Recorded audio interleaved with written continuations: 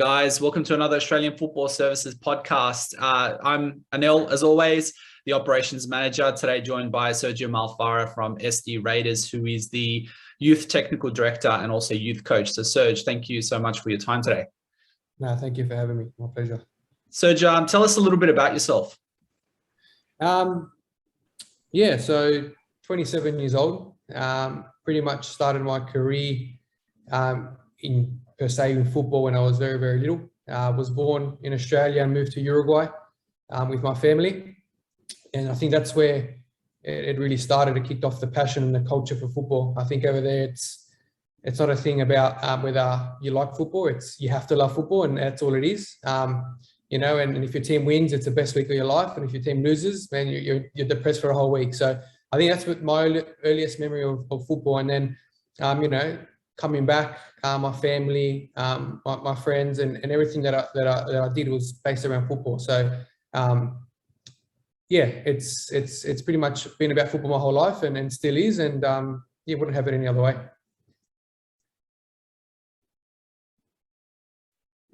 Sorry, I have myself on mute. I'll have to edit that out. Serge, before we continue, I believe a big congratulations is in order. We received news, as you know, I already coach with you. So we received news that you had received an offer to join another SD, basically legend in Catherine Cannulli at the W League as in an assistant role. So congratulations on that. Can you tell us about how that came about? Yeah, so look, I've worked obviously with Nick and Kath really closely for the last 8 years at SD. You know, they're great friends of mine away from football too. And when she was obviously been involved with the Wanderers for a long time, I've always kept tabs on her progress, and we've always chatted and stuff like that. And you know, they know that my ambitions are to make it to the highest level possible. And yeah, when she was appointed the W League coach at Western Sydney, you know, I gave her a phone call to congratulate her, and she flipped it back on me and said, you know, how would you like to be my assistant? And yeah, for me, it's a massive honour. You know, it's a club that I'm a fan of. It's a club that I was a member from day one, and I think to represent the badge would be a great honour. And yeah, it's funny how it works sometimes. So absolutely, as a Wanderers fan myself, it's always good to see, you know, people from our region getting the nod and getting the opportunity. So kudos to you both for that. Yeah. As a young coach, you've already achieved quite a bit in football in Australia. So what has been the secret to your success? Well, I think first and foremost, it's hard work. You know, I've missed out. I know it's going to sound a bit weird, but I've missed out on a lot of parties, a lot of birthdays, a lot of nights out with my friends for football. So whether that be late days with first grade, or making sure I'm in bed early, because, you know, I like to prepare like I'm a player, which might sound really funny, but I like to have my nice meal, my early nights, if I know I'm getting up early in the morning. And I think hard work has definitely been a part of it. I think my biggest thing, and something that I speak to a lot of players about, is being in a positive environment. So, you know, working with Nick and Kath, I've been exposed to a lot at a young age.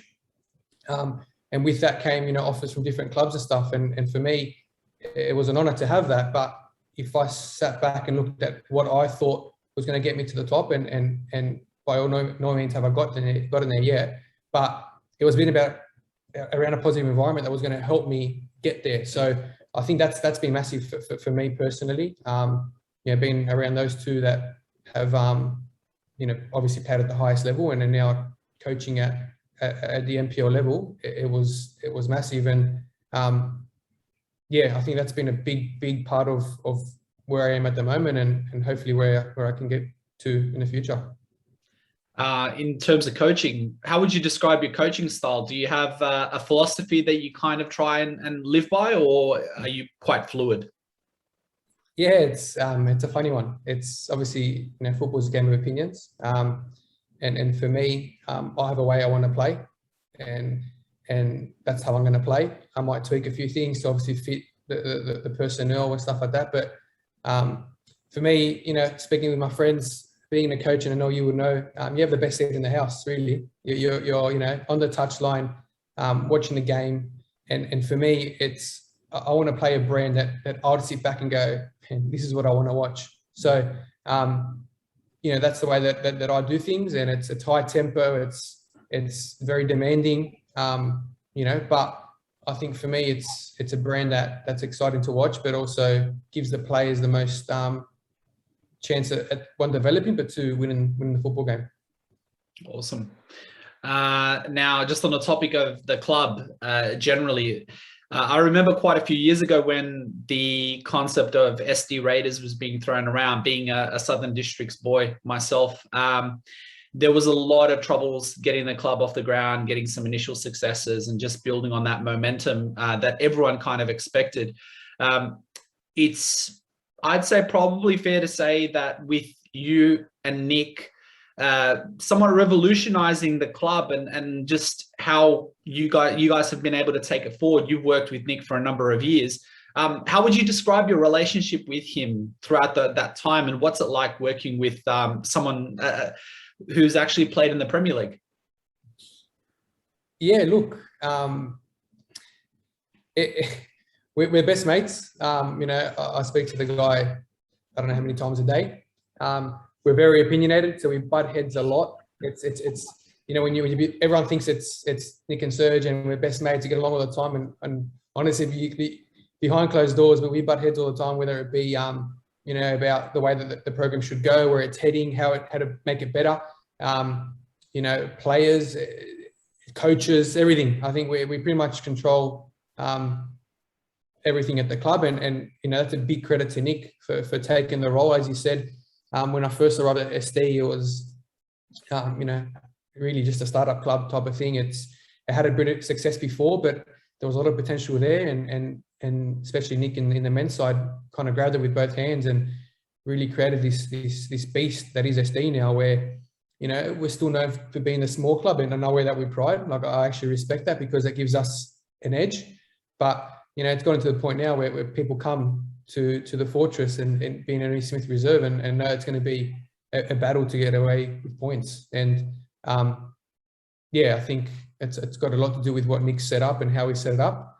But yeah, my relationship with Nick, it's yeah, I couldn't have asked for a better mentor per se, and a friend, I think, for life. So yeah. He's quite a gentleman. I remember the first time meeting him and telling him that I was booing him from the stands when he was playing at Sydney FC. So I had the same comment. I told him the same thing. So yeah, it's a good icebreaker, I think, for someone like that. So Serge, can you tell us a little bit about the so I mean, I'm obviously involved, so I know a little bit about it. For those that might not be familiar with the SD youth structure and the youth program in general, can you give us a bit of background about it, and also tell us how it differs from other teams in the NPL? Yeah, so we structured the youth in line with STAP and also with the senior program. So I think that's one thing that when we sat down and said, listen, you know, let's have a good crack at the whole club, we wanted to make sure that it was all in line, so that players stepping up and players progressing through the ranks understood really what the club was about, and not having that whole, okay, well, they play like this and the other one plays like that, and it's all in line.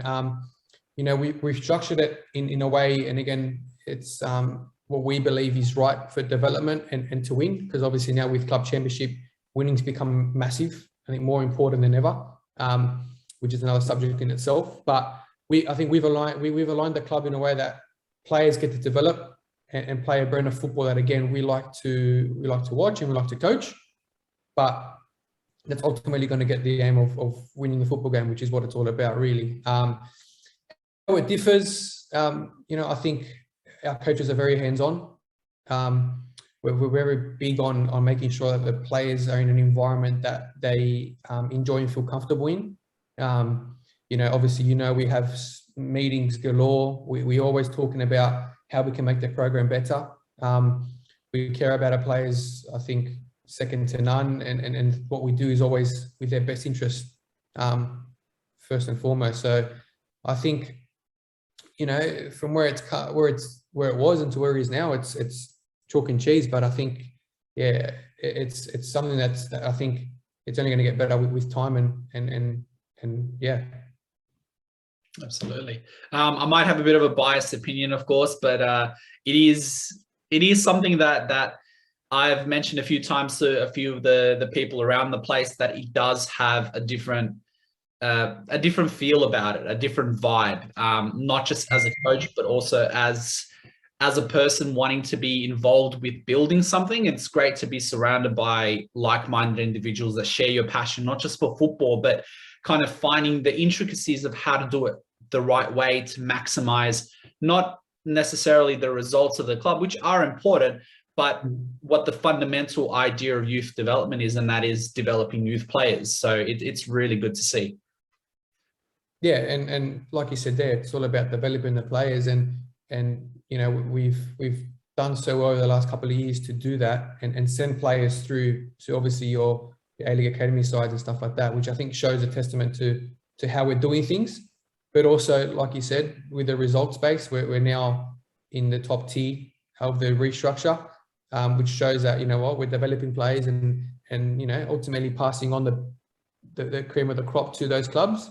But yeah, we're still maintaining a high level of football that we're still doing well in the results. So yeah. Absolutely. Serge, in terms of how SD locates potential talent, so obviously you just mentioned, and we'll touch a little bit more on that, you know, our cream of the crop, moving on to you know, perceived bigger clubs. If we are, as a club, looking for new talent, does the club actually have a dedicated scouting department, or does it work very closely with AYL and SAP setup? How does that whole process look like?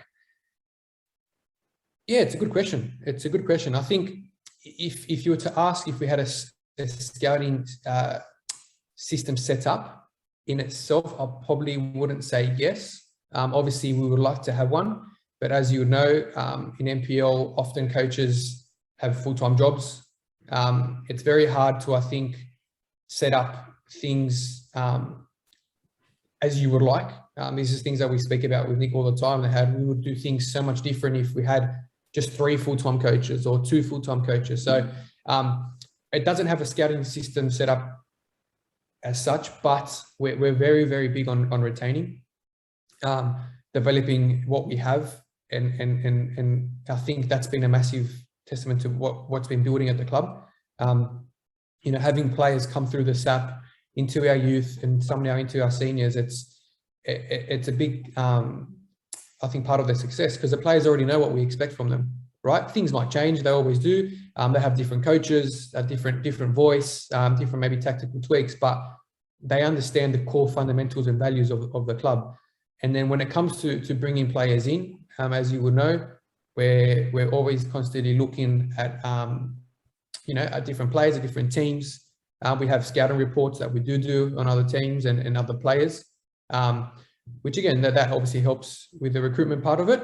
But I think the biggest success we have is retaining, you know, I'll probably say, off my head, 85 to 90% of our players in and year out. Do the youth coaches follow the development of SAP players? Yeah, I'd say that we do. Obviously, some coaches are involved in both programs. Nick and myself know every kid pretty much from mini Raiders up to first grade. I think Nick can probably name them all and all their attributes. He's very, very good with that. He makes sure that he knows what's happening, and I think that's been, again, massive for the club. Nothing goes by him. He's pretty much hands on with everything. And like I said, and as you can vouch for it, we talk that many times a day that we're always talking about the kids coming through SAP, what Sydney FC and what Wanderers are looking at, Mariners and all that stuff. And you know, I wouldn't say that we're there every single week and watching, but we're definitely in contact and you know, obviously looking at what we have in our own backyard.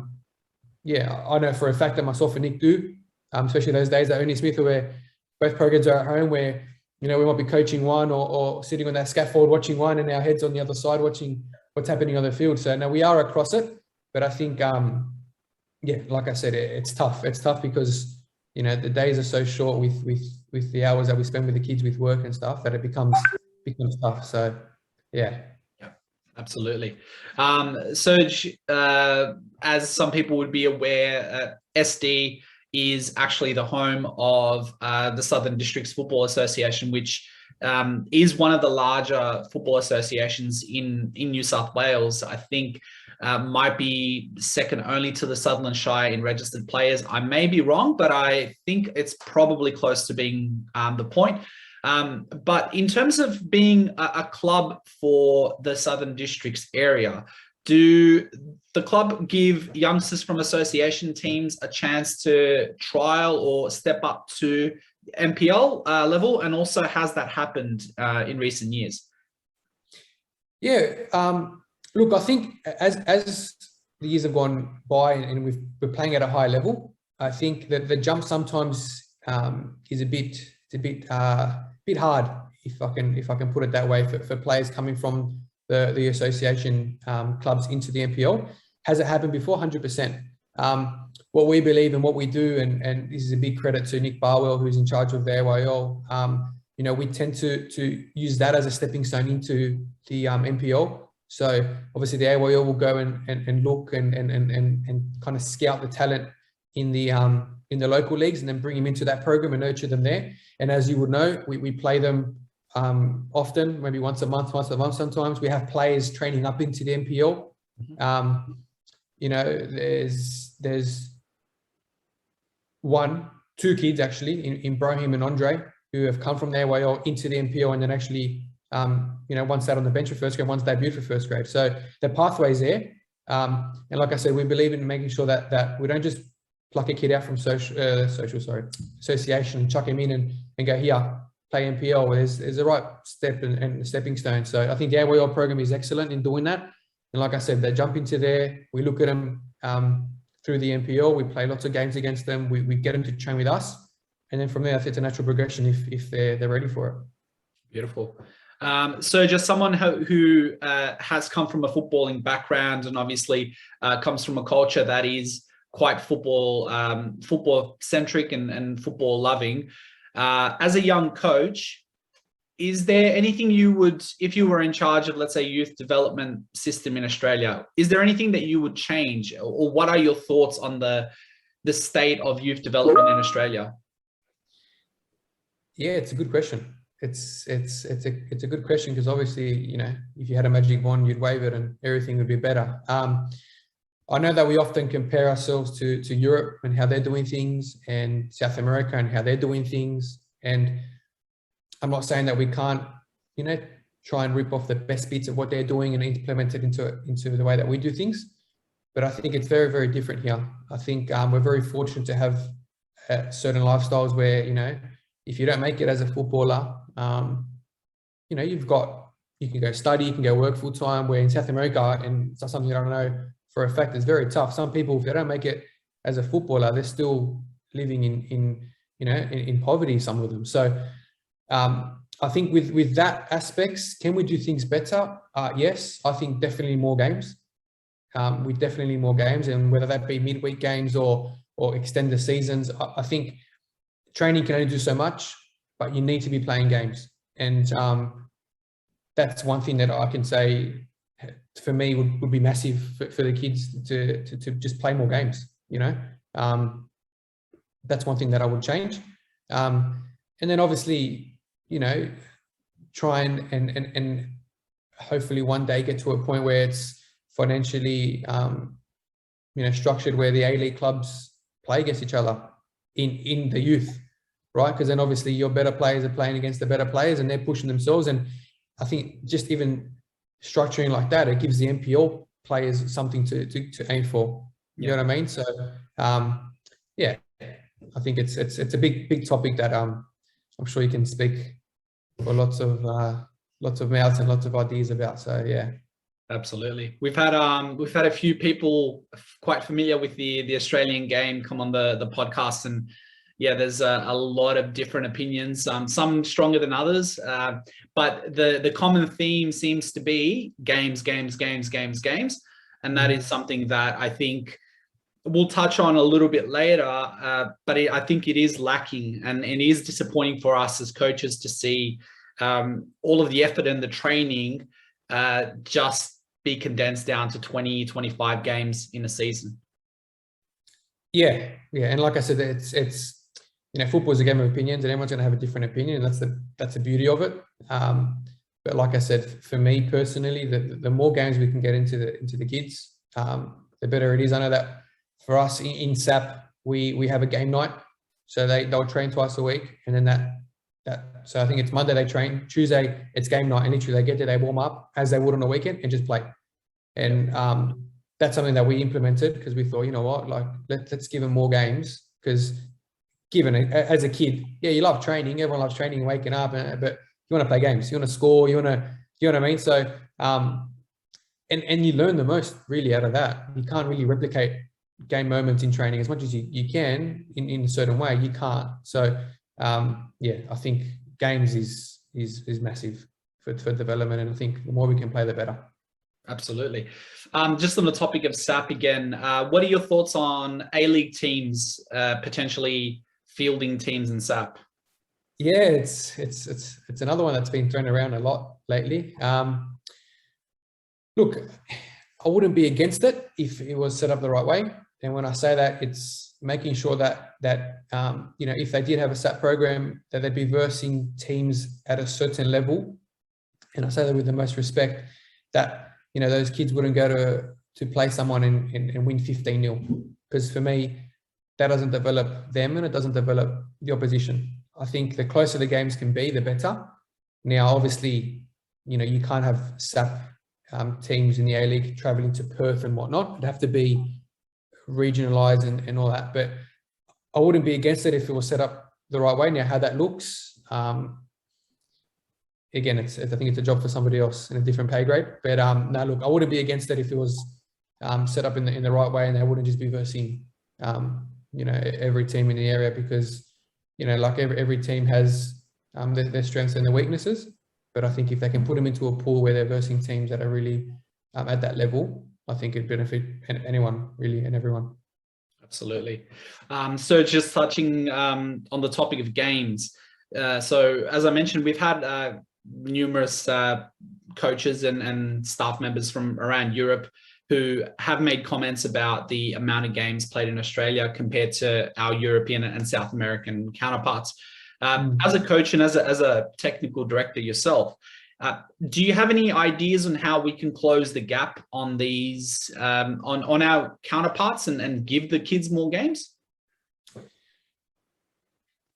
Yeah, look, it's a hard one, because when you compare yourself to South America and to Europe, and I'm going to say with the most respect, for them it's only football. I know in South America it's only football. There is no other sports. Yep. And if they're not playing football for a club, they're playing football with their friends. And if they're not playing football with their friends, they're playing football with their family.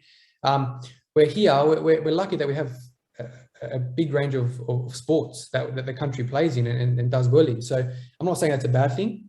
Yeah. But I think obviously, if you did football all year long, it'd clash with other sports. And again, I know that if you're talking about purely football, then 100%, you make the season as long as you can, and you double up games, and you play Wednesday, Saturday, have a break in between, cup games, different scenarios and stuff like that. But obviously it's hard here because a lot of the kids do play multiple sports. And I think that's something that we have to contend with in this country. But yeah, I think it's a tough one, because we often compare ourselves with those continents and nations that do really well, but for them it's a whole different lifestyle, I think. So it's you can't really compare if I'm being honest. So yeah. It's a matter, I agree. I think it's a matter of comparing it to, or looking at it as a sport as opposed to a lifestyle or like a religion for some places as well. So 100%. And like you said it there, some countries it's religion. Like I know for a fact that I was born and my first photo was with a national flag, which is one of my team in Uruguay. And I didn't choose that. I didn't choose football. It's football.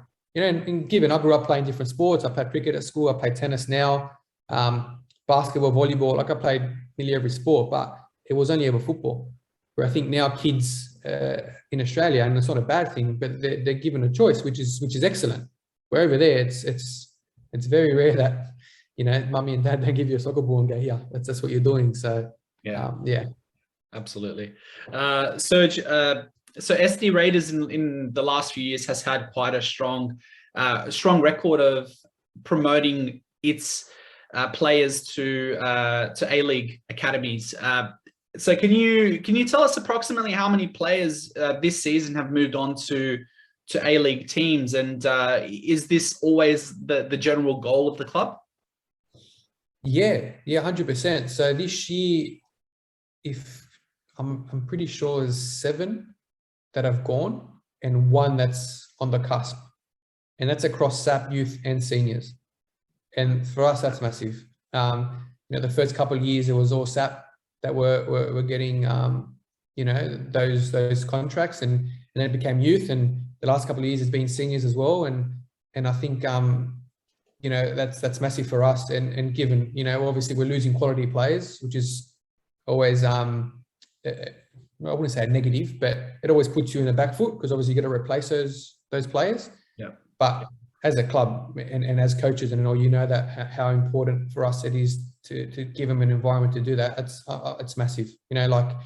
It's funny. We had last year, or this season that went past, we versed Wanderers, and it was your team, the 13s, and little Nazarene. Yeah. Zane, he scored a goal, and the first thing he did is he looked at me and he put his hands up. And for me, I love that. 12-year-old kid scoring against his old club and put his hand up. And given we went on to lose that game, and but for me to see that, one of our ex-players doing well and scoring against us and saying sorry, it really puts a smile on your face, and it puts everything into content as to why we coach. And looking over the years, if I put all the numbers together, it's about 35, 36 players we've sent to A-League clubs. And we had one go to Melbourne City a couple of years ago. We've had some of the seniors go to Jets and Mariners. One just signed at Northbridge Bulls, and then obviously your contingent that go to Wanderers and Sydney FC being their local club. So that's credit to Nick for opening those pathways. He's been there and he's done that, and he's built good relationships, and that's credit to him being the guy that he is, and we all know that. That he picks up the phone, and if he has to make that phone call, he does it, and people listen to him and give the kids a chance, and then it's on them.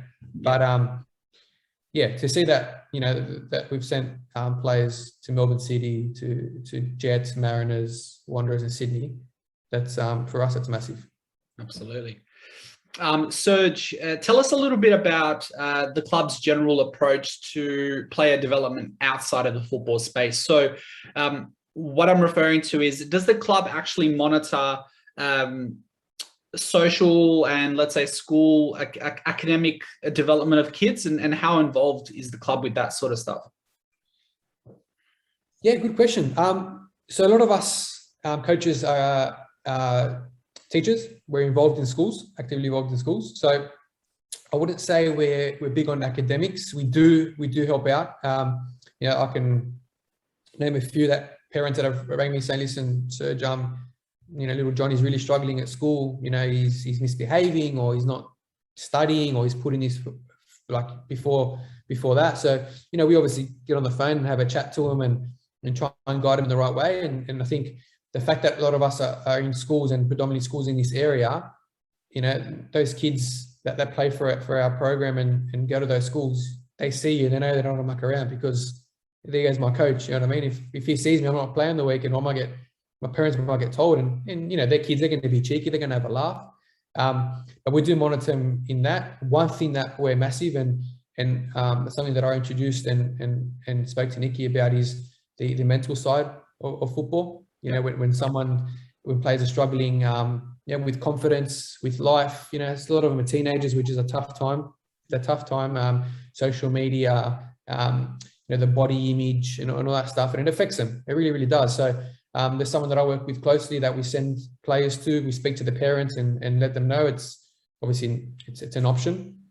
But from the players that have gone there, a lot of them have come out in better shape, and the parents are so thankful for it. So again, obviously, if we were all full time and we could be a lot more hands on, I'm sure we would.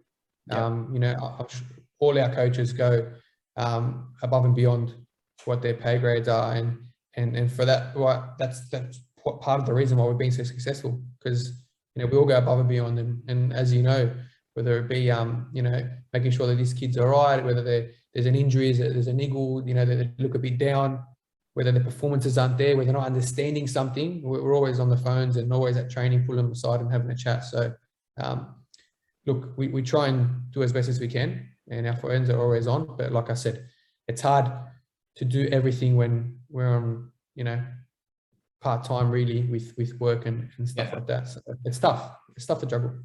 Absolutely. Serge, tell us what the SD Raiders' ambitions are for 2022.